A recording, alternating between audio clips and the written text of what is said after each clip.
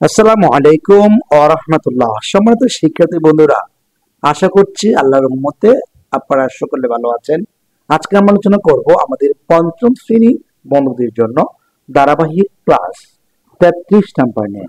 আমি পঞ্চম শ্রেণীর বৃত্তি পরীক্ষার্থীদের কথা দিয়েছিলাম তোমাদের 500 বাক্য নিয়ে আমি কি করব যে প্র্যাকটিসের ক্লাসগুলো আলোচনা করব। তারও ধারাবাহিকতায় আমরা আজকে 33 নাম্বার ক্লাস নিয়ে উপস্থাপন করার জন্য প্রস্তুতি গ্রহণ করেছে। তার পূর্বে আমরা প্রায় 32টি ক্লাস রেকর্ড করে আমাদের ভিডিও বা এই যে আমার ইউটিউব চ্যানেলে আমি ক্লাসগুলো আপলোড করেছি। পাশাপাশি আমাদের ছোটদের যে পেজ রয়েছে মামুন কিডস কেয়ার, সেখানেও আমি এই ক্লাসগুলো আপলোড করার জন্য চেষ্টা করব।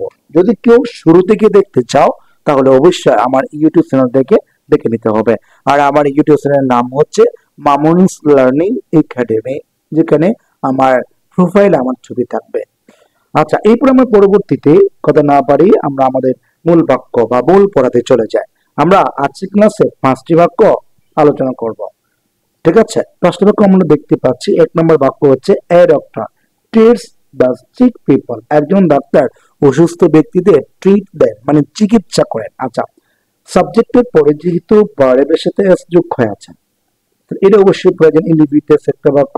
ঠিক আছে, এখানে ডক্টর ট্রেড এখানে বলছে ট্রেডস, ঠিক আছে, চিকিৎসা দেয়। আমরা এখন এই বাক্যটাকে যখন মেকিং দ্য ডিসক্রিপশন তৈরি করতে যাব, সেক্ষেত্রে আমরা প্রথমত হু বসাবো।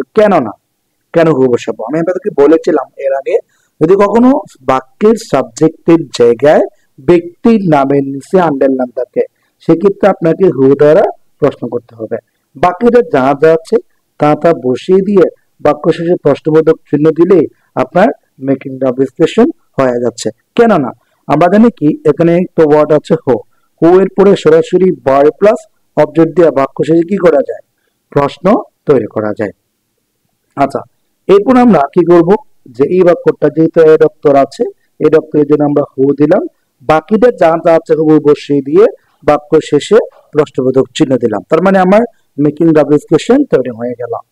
এরপর আমরা বি নাম্বার দেখবো। বি নাম্বার দেখতে পাচ্ছি Seema did not go to school because she is ill. কারণ সে কি ছিল? অসুস্থ ছিল বিধায় তিনি স্কুলে যেতে পারে নাই। আচ্ছা, যদি কখনো এইরকম কোনো কিছু থাকে, ঠিক আছে, সেক্ষেত্রে আপনাকে প্রশ্ন করতে হবে ওয়াই দ্বারা। ঠিক আছে, কেন তিনি কেনই বিদ্যালয়ে যেতে পারে নাই? কারণ তার অসুস্থ ছিলেন। তো সেক্ষেত্রে আমরা এখানে যে প্রশ্ন করব, প্রশ্নটার মধ্যে শুরুতে আপনাকে হোয়াই দিতে হবে। হোয়াই মানে হচ্ছে কেন।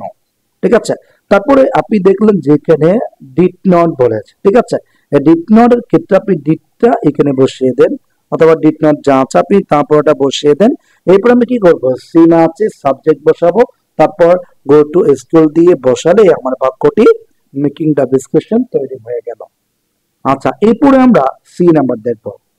সি নাম্বারে আমরা দেখতে পাচ্ছি যে সে নিডস বলেছে, এটা হচ্ছে সাবজেক্ট, এটা হচ্ছে ভার্বের সাথে এস যোগ হয়ে আছে। তা আমাদের কি সাবজেক্টের পর যদি কখনো ভার্বের সাথে এস যোগ হয়, সেটা হবে প্রেজেন্ট ইনডিফিনিট। আর প্রেজেন্ট ইনডিফিনিট আমরা যখন মেকিং দ্য ডিসকাশন তৈরি করতে যাব, এখানে যে একটা এ বি বসাতে হয়, এই এ বিটা এই ভার্বের উপর নির্ভর করে করতে হবে। এটা যদি বি1 হয় আপনাকে কি করতে হবে? ডু দিতে হবে। এটা যদি বি2 হয় আপনাকে কি করতে হবে? ডি দিতে হবে।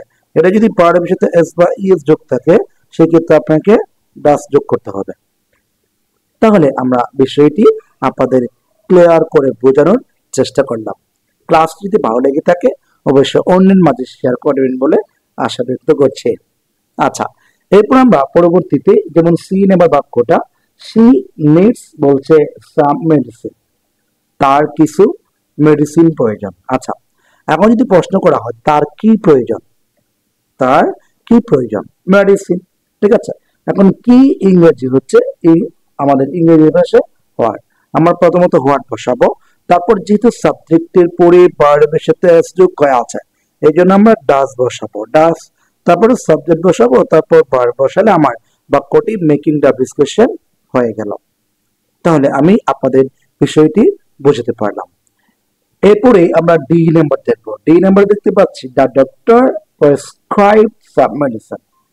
ডাক্তার তাদেরকে কি করেছেন? যে প্রেসক্রাইব করেছেন বা কিছু একটি নমুনা বা একটা কাগজ কপি দিয়ে বলেছেন যে এই ওষুধগুলো তুমি খাও, তুমি খেলে ভালো হয়ে যাবে, এটা বলেছেন। আচ্ছা, এখন আমরা যদি প্রশ্ন করতে চাই, তার পূর্বে যে টার্মিনাল দেওয়া আছে এটার পূর্বে আমরা কি দিব? হেড দিব। তারপর প্রেসক্রাইব যেহেতু বি মানে B2 বা B3 আছে, সেক্ষেত্রে আমরা এটাকে কি করব? ডিড বসাবো। তারপর বাকি অংশ সাবজেক্টিভ বসাবো, তারপর ডু বসাবো। ঠিক আছে, মানে তারা কি করেন, ডাক্তার কি করেন এই বিষয়টা নেওয়া। এরপর আমরা এই নাম্বার দেখবো। এই নাম্বার দেখতে পাচ্ছি the most important things to enjoy to say. The most important things, তার সবচেয়ে গুরুত্বপূর্ণ কথা হলো is to enjoy the day. আজকে আমরা কি করব? আলোচনা করব, এনজয় করব। সেক্ষেত্রে কখনো কোনো সময় যদি M2 is to R2 was to or2 থাকে, এরপরে B1 হয়। ঠিক আছে, আমরা B1 করলাম। এরপরে আমরা এই বাক্যটাকে যেহেতু বলেছে এনজয় দ্য ডে, দিনের বেলা তারা কি করবেন? ভ্রমণ করবেন, ঘুরবেন। আমরা প্রথমত কি দিচ্ছি? আমরা হোয়াট দিয়েছি। কেন? তারা কি করবে? What is the most important thing, তাদের কি করা উচিত, মানে কোন জিনিসটা সবচেয়ে গুরুত্বপূর্ণ উচিত, এটা বলেছেন। তা আমরা এখন একটি একটি করে প্রত্যেকটি বাক্য আপনাদের বোঝাতে সক্ষম হয়েছি।